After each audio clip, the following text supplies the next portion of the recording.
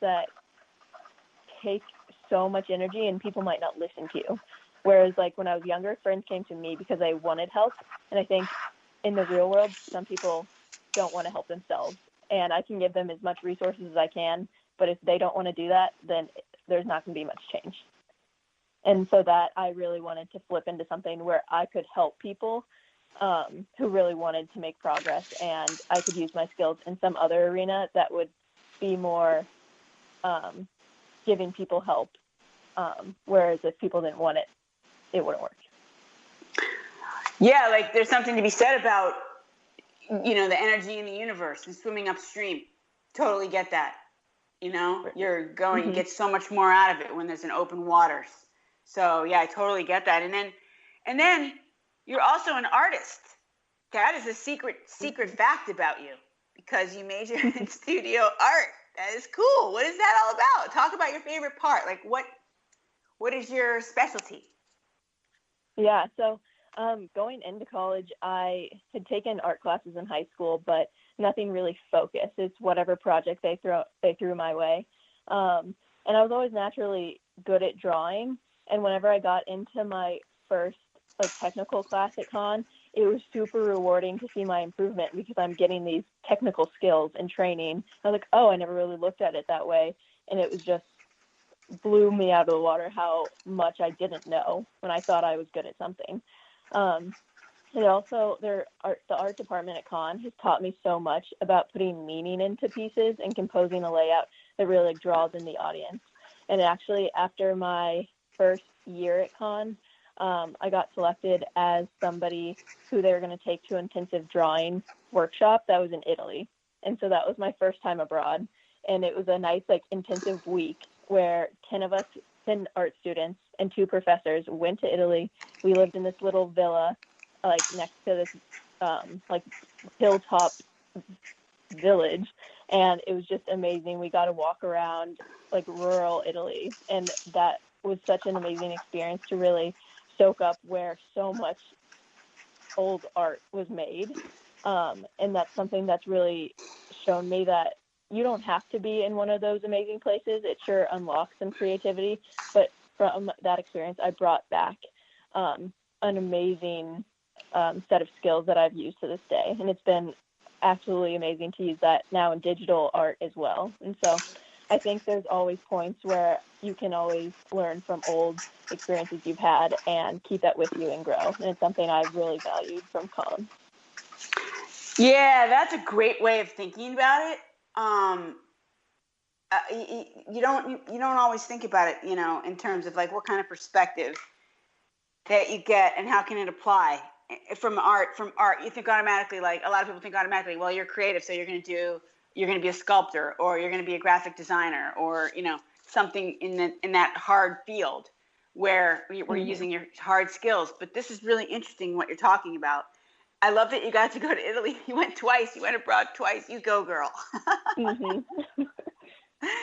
That is fabulous. Did you have Professor Bailey when you were there? Yes, I did. He wasn't one of the ones that traveled, but I had him for 3D art, which was a really fun thing to work with, bandsaws and drills and everything. Yeah, he's cool. I mean, I just know him from the Dot Connection and some of the work he has. Really cool. So thank you for sharing that story. That is really, now I can understand why you want to do what you want to do, which is events, marketing, digital, all of this kind of works together. I mean, I'm sure you did all the work. You thought about all this yourself, but now I understand that makes a lot of sense. And so having your positioning and your brand story all wrapped up. It's perfect. You're going to be fantastic in Boston. Beantown. Why Beantown? So many things. I absolutely love the energy and movement of Boston. So it was last summer I did my internship there at Improv Asylum, and it was in the North End. And so every day during my lunch break and after work, I could just explore. And it was just such an engaging city, and especially where I'm coming from in the rural Midwest. And the town that I actually grew up in is slightly outside of Kansas City, Missouri. and the population is under 5,000. So like big changes. And it was just so amazing to actually get to Boston and see, oh my gosh, there's so many more people, there's so many more cultures, and there's more things going on in the world. Like it's a really great, and that's why I like it, because I want to grow and experience more things. Yeah, and there's a lot of con alums, right? Yes, exactly. Connections. It is the most amazing. I love Boston. It's such a great town for this time of your life. You know, like you said, it's so social, and even though it's a big city, it's a small town. Like people know each other. Mm-hmm. They cross circles, and the sports are great. I personally love the weather. I love the snow. So awesome. I wish you all the best. And what is your journey looking like? Your career journey right now? Yeah, so right now I'm focusing a ton on networking and also looking for the right company that aligns with my values. And the boot camp was something that actually helped me a lot with a couple of things. First was focusing on my personal brand, which before I was like, do I have a brand? Like I'm killing. But whenever you gave us so many like worksheets and questions that made me think about, oh, okay, like this is what it means. This is what I bring to the table, what makes me a candidate that stands out, and like where I stand. And then second, that kind of went hand in hand with, I knew I needed a personal website, but had no idea where to start or even what I needed. So then after the boot camp, it gave me that push and the skills and tools I really needed to get that going. And now that the alumni and professionals that I'm networking with can now go and look at that and see my work and how I think. And I think that's really something amazing that they can see. Like I built my own website. I have that technical skill as well. So that is where I am. I'm still talking to companies, trying to figure out where I fit in to the world of Beantown. Awesome. Yeah, it's a journey, but especially with everything going on, it may take a minute, but it will happen. And it definitely feels like an awesome path for you. I'm so excited for you. I wish I could come with you in your suitcase. Feel free to. I would love to come. Okay. So I want to talk a little bit about the volleyball leadership, the thing that you did for the club. It sounds super epic, what you made happen there. So can we talk a little bit about that? Yeah, definitely. So I wanted to join as soon as I possibly could. I was super excited at our involvement fair, which is like an activities fair, and I signed up immediately. However, it wasn't exactly what I thought it was going to be. Whenever I joined, there was only a few players, and they didn't have a set practice schedule, let alone they had never scrimmaged another school, never played anyone. They had no jerseys. And so at the no end jerseys.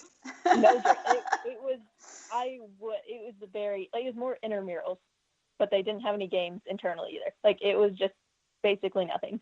And so at the end of my first year, whenever elections happened, I ran for co-president and won, which was shocking to me because I was so young. But you're a rock star, dude. You keep getting all the success. Yeah, they saw my potential and it worked out. So then my second year was more of a building year, recruiting more players, and I just spent my time Googling other school programs. And of course, not all the information is updated, so I had to call, email, whoever I could, and just wiggle my way in. And so after many, many roadblocks, we set up a couple scrimmages against like Yale and Wesleyan, and that was basically took a while. And so it wasn't until my second year as president, in my junior year, that we were regularly playing these schools, and we finally made our way to our first tournament. And this was like the first in the club's history. We got jerseys, we were ready. And once that day came, we placed third. And we were playing big state schools like UConn, Vermont teams. Like it was an amazing day. And we had like the smallest team. And it brings me so much happiness just to remember that day, because we came in as the smallest team. And mind you, all these other teams have coaches, like adults that are paid and all this stuff. It's just us, like students. And we came in third and beat all these great teams. Oh, you So go, that girl. really, Woo, yeah, go Camels, it go really, Camels. yeah, That it was is so huge. good. Okay, So I finally, I oh, just want you to remember though what you did for that, because that is your brand, right? You created a brand for that volleyball club, and that is what you offer to the world. I mean, that is a huge talent that you have. So yeah, I it was definitely amazing. we have to wrap up now, unfortunately, because it's at the end of the show. But just quickly, one piece of advice you would give to your younger sisters. I would have to say that you can't let anything hold you back. And I think being a perfectionist, sometimes you just don't start, but you just got to get something out there. And something I used to say, and I think still pushes me this day, is to be big and go get them. You just really have to puff yourself up, even if you don't feel confident. Just pretend you do, and it will come to you, and everything will turn out. You just have to put pencil to paper and get going. Yeah. Thank you, Kaylin. I'm sorry. I want to have you back, though, because I want to talk to you more about the leadership aspect and your personal brand, and follow you and see what happens Yes. in Boston. Would you be willing to come Mm-hmm. back again?